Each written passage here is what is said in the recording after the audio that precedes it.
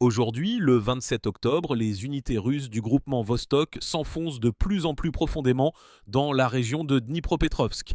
Il se passe quelque chose tous les jours. Le matériel avance, les colonnes se déplacent, les drones sont sans interruption dans le ciel. On a l'impression que la ligne de front respire littéralement et se rapproche de plus en plus de Dnipro chaque jour. Dans le contexte de tous ces mouvements, Pokrovka se distingue particulièrement. C'est en substance un nœud où convergent les routes, le ravitaillement, tout ce qui maintient la défense des forces armées ukrainiennes dans le sud-est. Et maintenant, les unités russes, comme le notent les analystes, s'en sont approchées de très près. S'ils réussissent à prendre le contrôle de la logistique de l'ennemi, eh bien une réaction en chaîne va commencer. La communication entre Pokrovsk et Gouliaïpol deviendra beaucoup plus difficile et cela pourrait briser plusieurs lignes de défense à la fois. Les positions de l'ennemi ici tiennent, mais manifestement avec difficulté. Les contre-attaques ont pour lieu, mais, comme le disent les militaires, sans succès particulier, nos troupes, quant à elles, se consolident dans de nouvelles zones, en particulier en direction de Vishneve, où elles étendent déjà une tête de pont sur la rive ouest de la rivière Ianchour. Une autre ligne d'avancée traverse les brise-vents en direction de Poltavka. Là, les combattants avancent prudemment mais avec confiance, nettoyant une position après l'autre. Si l'on monte un peu plus au nord, en direction de Kharkiv, la situation n'est pas non plus tranquille. Le groupement sévère continue de faire pression dans la région de Volchansk et sur le secteur de Katne. Ils sont de nouveau allés de l'avant avec le soutien des Solnsepiox, lance-roquettes multiples thermobariques. On dit que ces systèmes fonctionnent puissamment. Après une salve, il ne reste tout simplement aucune chance pour les fortifications. Mais, malgré la pression du feu, l'ennemi continue de lancer des forces fraîches dans la bataille. Il y a des combats de position, des bombardements, l'artillerie ne se tait pas. Sur le secteur nord, plus près de Soumy et Tetkino, c'est à peu près la même histoire. Tout se déroule par vagues, tantôt un calme, tantôt une flambée soudaine des combats. Les contre-attaques de l'ennemi ressemblent plus à des sondages qu'à de réelles tentatives de reprendre des positions. Il semble que les deux parties comprennent qu'il s'agit ici d'une lutte non pas pour quelques kilomètres, mais pour une ligne stratégique dont dépend le développement de toute la campagne. Pendant ce temps, on parle de plus en plus fort d'une opération sous le nom de code Sidération. L'essence même est que les troupes russes ont commencé à frapper massivement de nombreuses cibles à travers l'Ukraine. L'énergie, les grandes installations, les entrepôts militaires, tout est dans le collimateur. À en juger par ce que disent les sources, le système de défense aérienne de l'ennemi ne supporte tout simplement pas une telle densité d'attaque. La capitale a particulièrement souffert. Kiev a vécu ces jours-ci comme en mode d'alerte sans pause. Le principal coup est tombé sur la rive gauche où se trouvent les zones industrielles, les usines, les nœuds énergétiques. En particulier, il a été signalé des dommages dans la zone de l'usine de radio et de l'usine de structure en béton armé du nom de Kowalski. La circulation y a été coupée, les sauveteurs ont travaillé toute la nuit. De nombreux blogueurs qui suivent la situation affirment. Le but des frappes est clair. Priver les grandes villes d'électricité, détruire les infrastructures. Par exemple, la centrale thermique NDJ5 a été touchée récemment et maintenant c'est la centrale thermique NDJ6 qui brûle. Et il est déjà évident que le système énergétique de Kiev est mis hors service de manière systématique sans lui laisser le temps de se rétablir. Les systèmes de défense aérienne ukrainiens, y compris Patriot et NASAMS, ont apparemment tenté d'intercepter les missiles, mais sans grand succès. Plusieurs lancements infructueux et le feu a cessé. Selon les experts, cela signifie que les réserves d'embarque de missiles y sont presque épuisées et que le système de défense aérienne de Kiev fonctionne au maximum de ses capacités. En fin de compte, le ciel au-dessus de la ville est presque ouvert et tout cela se déroule en parallèle des événements près de Pokrovsk. Là, le commandement des forces armées russes a lancé un ultimatum. La garnison doit quitter l'agglomération avant la fin de la semaine. Tout se présente comme si l'opération Sidération n'était pas simplement une série de frappes, mais le début d'une nouvelle phase de toute la campagne. Après les premières frappes, l'opération Sidération est devenue claire. Ce n'est pas seulement une démonstration de force, Tout se déroule de manière systématique, claire, avec le calcul d'un effet domino. Les frappes se succèdent et chacune d'elles frappe non seulement un objet, mais toute la logique d'approvisionnement de l'ennemi. Dès qu'un nœud tombe, toute une chaîne s'effondre. C'est particulièrement visible ces jours-ci. Plus les troupes s'enfoncent, plus Kiev s'énerve. On dit que même au sein de l'état-major des forces armées ukrainiennes, des disputes ont commencé sur l'endroit où lancer les restes des réserves. Mais les réserves sont de moins en moins nombreuses. Des sources de leur côté murmurent que ces dernières semaines, ils ont littéralement extirpé les derniers bataillons aptes au combat pour combler tant bien que mal les brèches. Pendant ce temps, dans le sud, dans la région de Kherson, la situation a également radicalement changé. Vladimir Saldo, gouverneur de la région, a confirmé que les troupes russes ont avancé et occupé la zone industrielle de la ville, celle-là même qui se trouve sur la rive gauche du Dniepr. Le terrain y est complexe, un entrelacement de vieux entrepôts, de voies ferrées, de bâtiments d'usines, tout est en ruine, mais le contrôle est là. De plus, les lotissements de Datcha sur les îles en aval se sont également retrouvés sous contrôle. Il est intéressant de noter que les rapports officiels sont restés silencieux à ce sujet, mais les habitants ont raconté le grondement des drones et des canons d'artillerie ne s'arrête presque jamais au-dessus de la rivière. Presque chaque jour, l'ennemi y perd plusieurs dizaines de personnes. Ces chiffres ne sont publiés nulle part, mais les combattants qui s'y trouvent en parlent. Et c'est là que commence le plus étrange. Selon le coordinateur de la résistance de Nikolaïev, Sergueï Lebedev, dans la nuit du 22 octobre, Kherson a subi l'une des frappes les plus fortes de ces derniers temps. Après les explosions, des avions spéciaux auraient été vus sur les lieux. Pas des ambulances, mais des avions militaires qui transportaient des corps. Les gens sur place disent que parmi les victimes pourraient se trouver des officiers étrangers, mais il n'y a pas de confirmation officielle, comme d'habitude. Mais sur les fronts près de Pokrovsk et Kupiansk, la dynamique est tout autre. Selon les estimations, jusqu'à 10 000 soldats ennemis se sont retrouvés encerclés. Environ la moitié près de Pokrovsk, le reste dans la direction de Kupiansk. Ces données ont déjà été rapportées en haut lieu et à en juger partout, les événements vont évoluer rapidement. Il est intéressant de noter que lors des réunions à huis clos du commandement ukrainien, des phrases franches ont commencé à être prononcées, telles que « il faut retirer les troupes pour sauver les gens », c'est-à-dire qu'il ne s'agit plus de maintenir les positions, mais de survivre. De nombreux commandants, selon les rumeurs, ont proposé d'abandonner Pokrovsk et Kupiansk et de se concentrer sur la défense de Seversk et Konstantinovka. Mais Zelensky lui-même aurait réagi vivement à cela, disant que le retrait était impossible. Le commandant en chef Syrski ne voulait apparemment pas risquer davantage de personnes, mais sous la pression d'en haut, il a accepté de tenir Pokrovsk à tout prix. Cependant, pour Kupiansk, il a donné son accord pour un retrait partiel simplement parce que les ressources s'amenuisent. Cette phrase a ensuite été transmise entre les états-majors comme une reconnaissance involontaire. Si l'on regarde les choses sobrement, à Pokrovsk, tout se dirige effectivement vers la fin. La défense des forces armées ukrainiennes s'effrite de l'intérieur dans la partie nord-est de la ville. Il reste un nœud important, Rodinska, mais il est déjà presque entièrement sous le contrôle de nos troupes. Il y a de violents combats de rue, les bâtiments changent de propriétaire plusieurs fois, mais la tendance est claire. Pendant ce temps, le thème de Mirnograd revient de plus en plus souvent. Cette ville est en fait voisine de Pokrovsk.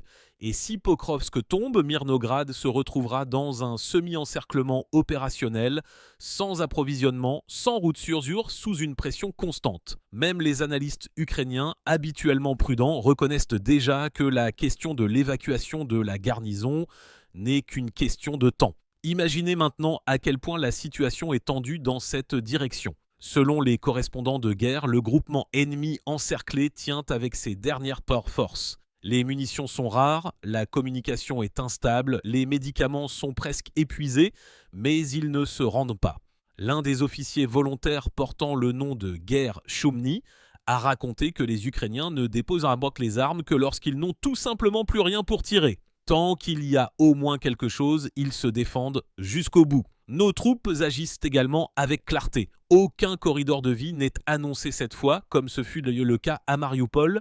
Ici, tout est beaucoup plus dur. Il y a des prisonniers, mais peu. Dans l'ensemble, selon les rapports de la Défense populaire, l'ennemi a perdu plus de 500 personnes sur ce seul secteur au cours de la journée. Plusieurs unités de véhicules blindés et un dépôt de munitions ont été détruits. Si l'on considère la situation dans son ensemble, elle semble évoluer selon un scénario sur plusieurs secteurs du front près de Seversk. Nos groupes d'assaut ont déjà percé profondément dans le tissu urbain. Les analystes comparent cela à la façon dont les combats ont commencé à Kupiansk. D'abord la reconnaissance, puis de petits groupes d'assaut qui harcèlent en les points d'appui, et derrière eux, la vague principale. Andrei Morochko, expert militaire, dit que les secteurs de Seversk et Krasny Liman sont actuellement les plus actifs. Il y a constamment des mouvements là-bas, parfois un encerclement local, parfois des routes sont coupées, parfois l'ennemi est chassé des plantations. Tout se dirige vers la formation de nouveaux chaudrons tactiques. Mais le plus important est peut-être l'autre humeur du côté ukrainien. De plus en plus souvent, la même chose transparaît de diverses sources. La fatigue, le mécontentement, le sentiment que tout s'effondre. Même les médias étrangers le remarquent. Le journal allemand Berliner Zeitung a récemment publié un article dans lequel il était écrit clairement « En Ukraine, près de 300 000 affaires ont été ouvertes contre des déserteurs.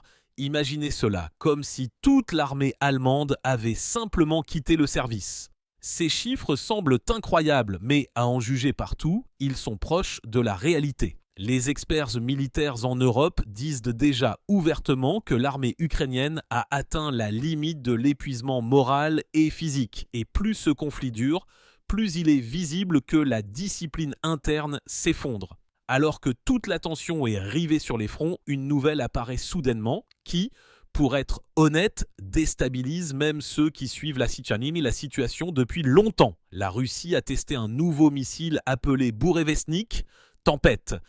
Et si l'on en croit les sources, ce n'est pas seulement un test, c'est une candidature à un tout nouveau niveau de technologie. Ce missile, comme il a été dit officiellement, est capable de transporter une ogive nucléaire et de voler incroyablement longtemps. Selon les données préliminaires, il a passé environ 15 heures dans les airs et a parcouru environ 14 000 km. Et ce, comme l'ont souligné les spécialistes, est loin d'être la limite. Cette fois, ils ont simplement décidé de montrer exactement ce qu'il fallait, sans révéler pleinement les possibilités. Le rapport sur les essais a été présenté personnellement au président russe par le chef d'état-major Valery Gerasimov, puis le commandant suprême lui-même a ajouté « Il y a quelques années encore, même dans les milieux professionnels, l'idée d'un tel missile était considérée comme relevant de la science-fiction. » Et maintenant, s'il vous plaît, il existe un échantillon prêt à l'emploi qui a subi des tests réels. Dire que cela a produit un effet, c'est ne rien dire. À l'Ouest, tous les fils d'actualité ont bourdonné. Même Donald Trump, qui est actuellement plus préoccupé par la politique intérieure, n'a pas pu s'empêcher de faire une remarque. Selon lui, au lieu de lancer de nouveaux missiles, la Russie devrait réfléchir à la résolution du conflit en Ukraine. Mais quoi qu'ils disent, une chose est claire. Le test du Bourevestnik est devenu un signal qui a été entendu partout. Pendant ce temps, sur les fronts, tout continue de bouillir. Près de Pokrovsk et Mirnograd, des combats se déroulent que de nombreux correspondants de guerre qualifient déjà des plus acharnés de tous les temps. Le groupement ukrainien, qui s'est retrouvé encerclé, refuse de déposer les armes. Leur situation est difficile, mais ils n'ont pas l'intention de se rendre. L'un des observateurs militaires a écrit « L'intensité des combats ne faiblit ni le jour ni la nuit. Tout brûle, tout gronde et personne ne recule. Nos combattants agissent également sans hésitation. » Un officier volontaire portant le nom de Ger Shomny a raconté qu'il y a quand même des prisonniers, mais peu. Selon lui, ceux qui se rendent sont principalement ceux qui ont déjà épuisé leurs munitions. Il a dit directement « Ils lèvent les mains seulement quand ils n'ont plus rien pour tirer et savent que nous ne les toucherons pas. Et tant qu'ils ont quelque chose pour se défendre, ils tiennent jusqu'au bout. » Le tableau est bien sûr lourd, mais c'est la réalité de la guerre où chaque village, chaque ravin se transforme en un épisode distinct et chaque jour coûte des dizaines de vies. Les rapports du ministère de la Défense confirment entre-temps que l'ennemi subit de lourdes pertes. Au cours de la seule journée, selon les données officielles, l'armée ukrainienne a perdu plus de 500 personnes sous le contrôle du groupement Centre. De plus, plusieurs unités de véhicules SIA blindés et un dépôt de munitions ont été détruits. Ce n'est plus un hasard, c'est une tendance stable de ces dernières semaines, alors que tout cela se passe dans le sud et le centre. Les directions du nord-est continuent de céder pas à pas. Près de Seversk, nos groupes d'assaut ont avancé profondément dans le tissu urbain. Ce mouvement se déroule lentement mais sûrement, quartier par quartier. Les analystes notent que la tactique ne change presque pas. D'abord la reconnaissance et les drones, puis de petits groupes entrent et nettoient les points d'appui, et ensuite seulement les forces principales se connectent. La situation est similaire près de Krasny Liman. Là, selon les experts militaires, un encerclement est en cours de construction. C'est-à-dire pas un assaut frontal, mais un déplacement progressif de l'ennemi des directions importantes. Sur certains secteurs, on parle déjà d'un anneau tactique lorsque l'ennemi peut encore sortir, mais les routes sont sous le feu, et plus on avance, plus il est clair que le côté ukrainien n'a tout simplement pas le temps de réagir. Le déclin moral se ressent même dans leurs déclarations publiques. Auparavant, des rapports enthousiastes résonnaient sur les chaînes Telegram. Maintenant, des phrases telles que « c'est dur mais nous tenons bon » apparaissent de plus en plus souvent. Dans de tels mots, on lit la fatigue, et c'est peut-être la chose la plus dangereuse pour toute armée. Un moment intéressant, les analystes occidentaux ont commencé à reconnaître ouvertement la crise de discipline dans les rangs des forces armées ukrainiennes. Par exemple, le journal allemand Berliner Zeitung, déjà mentionné, a cité des données qui honnêtement donnent la chair de poule. En Ukraine, environ 290 000 affaires pénales ont été ouvertes contre des déserteurs. À titre de comparaison, c'est à peu près le nombre de soldats de l'armée régulière allemande. Imaginez l'ampleur. Les journalistes ne cachent pas leur surprise. La désertion est devenue massive. De nombreux combattants quittent simplement leur position, surtout après une rotation, quand ils comprennent qu'ils ne pourront peut-être pas revenir. Les experts allemands écrivent que l'armée ukrainienne a atteint un point où la fatigue physique et morale a dépassé la limite. Et plus cette situation dure, moins Kiev a de chances de reprendre l'initiative. Alors qu'ils cherchent une issue sur la ligne de front, les événements se déroulent selon leur propre calendrier. Quelque part, l'ennemi tente encore de contre-attaquer, quelque part, ils tiennent leur défense, mais dans l'ensemble, il est déjà visible que la pression augmente. De plus en plus de messages apparaissent indiquant que le côté ukrainien demande une pause, soit sous le couvert de couloirs humanitaires, soit simplement pour l'évacuation des blessés. Mais, à en juger partout, il n'y aura pas de pause. Les troupes russes continuent d'avancer dans plusieurs directions à la fois, et l'opération Sidération s'est déjà transformée en quelque chose de plus qu'une simple série de frappes. C'est plutôt une nouvelle phase de toute la campagne lorsque les frappes contre les infrastructures sont combinées à une avancée militaire directe. Plus les événements se déroulent, plus cela devient clair. Il n'y a pas seulement une nouvelle phase de combat, mais un tournant. Ce point après lequel tout commence à changer. Même si l'on ne regarde pas les rapports, mais que l'on lit entre les lignes, on voit que le front avance et en même temps, la logique de ce qui se passe change. Maintenant, les frappes ne sont pas chaotiques, mais selon un schéma strictement vérifié. Chaque cible fait partie d'une chaîne. Hier, les nœuds énergétiques, aujourd'hui, la logistique, demain, les nœuds de communication. La défense aérienne de l'Ukraine perd chaque jour sa capacité à protéger les grandes villes et avec elle, le sentiment de sécurité à l'intérieur du pays s'effondre. Kiev, Kharkiv, Soumy, Zaporojié, partout, on dit la même chose. La nuit a été bruyante, les gens sont assis sans lumière, sans chaleur, mais presque calmement, comme s'ils s'y étaient habitués. Les alertes en aériennes sont devenues une partie de la vie quotidienne. Certains descendent dans le métro, d'autres se couchent simplement pour dormir parce qu'ils sont fatigués d'avoir peur. Dans ce contexte, les conversations sur le front sonnent déjà différemment. Les gens en Ukraine commencent à discuter ouvertement s'il vaut la peine de continuer à se battre ou s'il est temps de chercher un moyen d'arrêter tout cela. Mais sur la ligne de contact, tout se déroule selon ses propres lois. Les combattants, selon les correspondants, n'ont même pas le temps de suivre les nouvelles politiques. Ils ont leur propre réalité où tout se décide non pas par des mots, mais par un tir ou un assaut. La situation reste particulièrement tendue près de Pokrovsk. Selon les derniers rapports, nos troupes se sont approchées presque au centre de la ville. La défense de l'ennemi s'effrite, les lignes d'approvisionnement sont coupées. Mirnograd est en demi-cercle. Là, comme on dit, le commandement des forces armées ukrainiennes ne voit déjà plus l'intérêt de maintenir les positions, mais l'ordre de retrait n'est pas encore arrivé. Tout se décide littéralement d'heure en heure. Certains experts militaires disent que si Pokrovsk tombe, et cela à en juger partout, n'est qu'une question de temps, la ligne de défense des forces armées ukrainiennes sur ce secteur s'effondrera tout simplement comme un château de cartes, car il sera impossible de maintenir les positions plus longtemps, il ne restera ni logistique, ni arrière stable. Pendant ce temps, d'autres secteurs du front font leur travail. Quelque part, ils chassent pas à pas l'ennemi des plantations. Quelque part, ils nettoient les brise-vents. Quelque part, ils se consolident sur de nouvelles lignes. Le rythme n'est plus le même qu'en été. Il est devenu mesuré, méthodique, de moins en moins de spontanéité, de plus en plus de calcul, mais le plus visible est peut-être l'état intérieur des deux côtés. Si les combattants russes se sentent confiants et concentrés, les Ukrainiens ressentent de la fatigue et de l'incompréhension quant à la marche à suivre. Cela se voit même à la façon dont la rhétorique a changé dans leurs médias. Moins de slogans bruyants, plus de rapports soc au sec. Les analystes européens écrivent déjà Tinuki et déjà Odia ouvertement que l'armée ukrainienne est au bord d'une crise systémique, le nombre de déserteurs augmente, la mobilisation patine et les ressources s'épuisent progressivement. Les sources ukrainiennes elles-mêmes reconnaissent que de nombreuses unités sont composées de personnes qui ont été appelées littéralement hier sans préparation. Et cela, bien sûr, affecte immédiatement tout.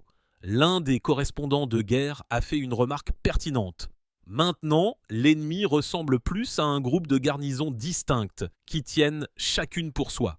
C'est une description précise. Quelque part, il y a encore une résistance organisée, mais il n'y a presque plus de coordination.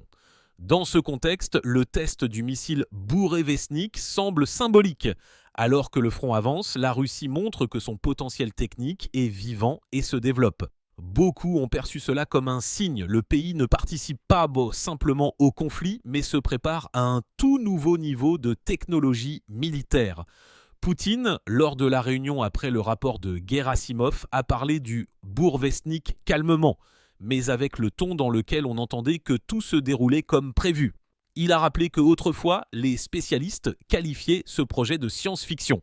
Et maintenant, c'est la réalité. Cela a sonné comme un signal. L'ère des promesses est terminée, l'ère des résultats a commencé. Outre-mer, cela a bien sûr provoqué une tempête. Les médias occidentaux ont immédiatement commencé à discuter que si le missile était vraiment capable de voler sur des milliers de kilomètres et de transporter une ogive nucléaire, l'équilibre stratégique changeait à nouveau.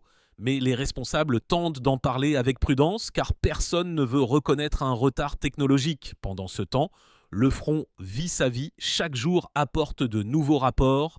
Quelque part, un petit succès, quelque part, un combat difficile, quelque part, une stabilisation. Les gens sont déjà habitués à ce que les nouvelles de l'avancée ou des frappes apparaissent comme une partie de la vie quotidienne. Le soir, le plus souvent, tout se calme.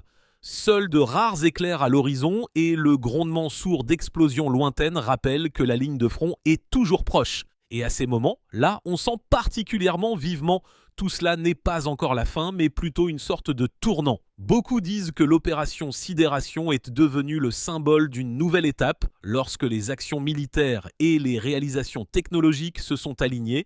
Et maintenant, les deux camps attendent de voir comment ce chapitre se terminera. On ne sait pas encore s'il y aura une bataille décisive demain ou dans un mois, mais une chose est claire.